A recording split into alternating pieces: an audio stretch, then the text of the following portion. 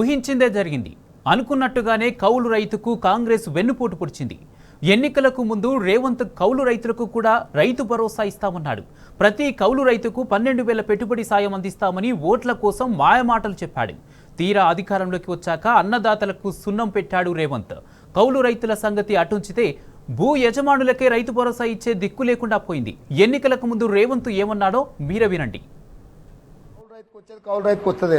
ఒకరికిచ్చి ఒకరికి ఎగ్గొట్టే విధానం లేదు.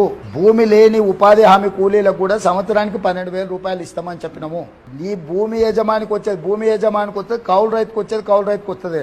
ఒకరికిచ్చి ఒకరికి ఎగ్గొట్టే విధానం లేదు. భూమి లేని ఉపాధి హామీ కూలీలకు కూడా సంవత్సరానికి 12,000 రూపాయలు ఇస్తామని చెప్పినాము.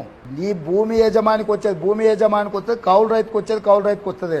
ఒకరికిచ్చి ఒకరికి ఎగ్గొట్టే విధానం లేదు. భూమి లేని ఉపాధి హామీ కూలీలకు కూడా సంవత్సరానికి 12,000 రూపాయలు ఇస్తామని చెప్పినాము. ఈ భూమి యజమానికి వచ్చేది భూమి యజమానికి వస్తుంది, కౌలు రైతుకు వచ్చేది కౌలు రైతుకు వస్తుంది. ఒకరికిచ్చి ఒకరికి ఎగ్గొట్టే విధానం లేదు. భూమి లేని ఉపాధి హామీ కూలీలకు కూడా సంవత్సరానికి 12,000 రూపాయలు ఇస్తామని చెప్పినాము. విన్నారుగా శుద్ధపూస మాటలు. రైతుకొచ్చేది రైతుకొస్తుందట, కౌలు రైతుకిచ్చేది కౌలు రైతుకు ఇస్తారట. ఒకరికిచ్చే ఒకరికి ఎగ్గొట్టే విధానం లేనే లేదట. భూమి లేని ఉపాధి హామీ కూలీలకు కూడా ఏడాదికి 12,000 పెట్టుబడి సాయం ఇస్తాడట.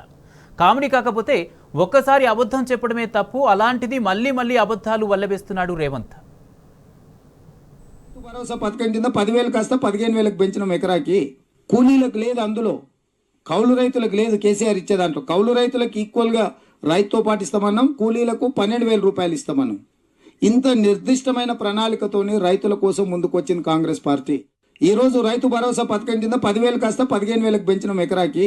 కూలీలకు లేదు, అందులో కౌలు రైతులకు లేదు. కేసీఆర్ ఇచ్చే దాంట్లో కౌలు రైతులకు ఈక్వల్గా రైతుతో పాటు ఇస్తామన్నాం, కూలీలకు 12,000 రూపాయలు ఇస్తామన్నాం. ఇంత నిర్దిష్టమైన ప్రణాళికతోని రైతుల కోసం ముందుకొచ్చింది కాంగ్రెస్ పార్టీ. ఇక రైతు భరోసా విషయంలో సీఎంది ఒక మాట, మంత్రులది ఒక మాట.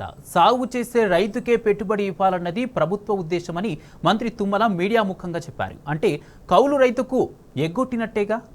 ఇదే ప్రశ్న అడిగితే ఆ సంగతి రైతు కౌలు రైతు కలిసి మాట్లాడుకోవాలని ఉచిత సలహా ఇచ్చాడు తుమ్మల. రైతు బంధు అంటే పంటేసే రైతుకి కొద్దిగా చేయూత.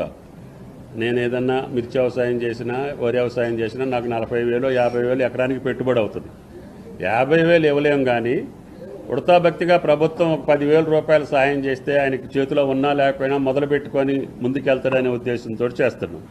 ఇది వ్యవసాయానికి చేసినటువంటి రైతుకి చేతిలో పెట్టేటటువంటి చేయూత మాత్రమే.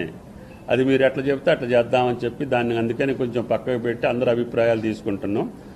99% కాకుండా 200% చెప్పేది ఏంటంటే పంట వేసినటువంటి రైతుకి ఇవ్వటమే న్యాయం అని చెప్తున్నారు. దాన్నే ఇంప్లిమెంట్ చేయాలనేది కూడా రాష్ట్ర ప్రభుత్వం ఆలోచన. అది కౌలు రైతు మాట్లాడుకోవాల్సిన అవసరం ఉంది. ఆ విషయం కాడనే ఆలస్యం అవుతుంది. ఇది కాంగ్రెస్ అసలు రంగు. నమ్మి నానబోస్తే పుచ్చు బుర్రలేనట్టు నమ్మి కాంగ్రెస్కు ఓటేస్తే నట్టేట ముంచారు. అన్న వస్త్రానికి పోతే ఉన్న వస్త్రం పోయినట్టు రైతు బంధు పోయింది, రైతు భరోసా అడ్రస్ లేదు. బంధు లేదు, భరోసా రాదు. కాంగ్రెస్ పార్టీని నమ్ముకుంటే కుక్కతోక పట్టుకొని గోదావరి ఈదినట్టే. భూమి యజమానికి వచ్చేది భూమి యజమానికి వస్తుంది, కౌలు రైతుకు వచ్చేది కౌలు రైతుకు వస్తుంది. ఒకరికిచ్చి ఒకరికి ఎగ్గొట్టే విధానం లేదు. భూమి లేని ఉపాధి హామీ కూలీలకు కూడా సంవత్సరానికి 12,000 రూపాయలు ఇస్తామని చెప్పినాము. ఈ రోజు రైతు భరోసా పథకం కింద 10,000 కాస్త 15,000 పెంచినాం ఎకరాకి. కూలీలకు లేదు, అందులో కౌలు రైతులకు లేదు. కేసీఆర్ ఇచ్చే దాంట్లో కౌలు రైతులకు ఈక్వల్గా రైతుతో పాటు ఇస్తామన్నాం, కూలీలకు 12,000 రూపాయలు ఇస్తామన్నాం. ఇంత నిర్దిష్టమైన ప్రణాళికతోని రైతుల కోసం ముందుకొచ్చింది కాంగ్రెస్ పార్టీ. రైతు బంధు అంటే పంటేసే రైతుకి కొద్దిగా చేయూత. నేను ఏదన్నా మిర్చి వ్యవసాయం చేసినా వరి వ్యవసాయం చేసినా నాకు 40,000 50,000 ఎకరానికి పెట్టుబడి అవుతుంది. 50,000 ఇవ్వలేం, కానీ ఉడతాభక్తిగా ప్రభుత్వం 10,000 రూపాయలు సాయం చేస్తే ఆయనకి చేతిలో ఉన్నా లేకపోయినా మొదలు పెట్టుకొని ముందుకెళ్తాడనే ఉద్దేశంతో చేస్తున్నాం. ఇది వ్యవసాయానికి చేసినటువంటి రైతుకి చేతిలో పెట్టేటటువంటి చేయూత మాత్రమే. అది మీరు ఎట్లా చెప్తే అట్లా చేద్దామని చెప్పి దాన్ని అందుకని కొంచెం పక్కకు పెట్టి అందరు అభిప్రాయాలు తీసుకుంటున్నాం. 99% కాకుండా 200% చెప్పేది ఏంటంటే పంట వేసినటువంటి రైతుకి ఇవ్వటమే న్యాయం అని చెప్తున్నారు.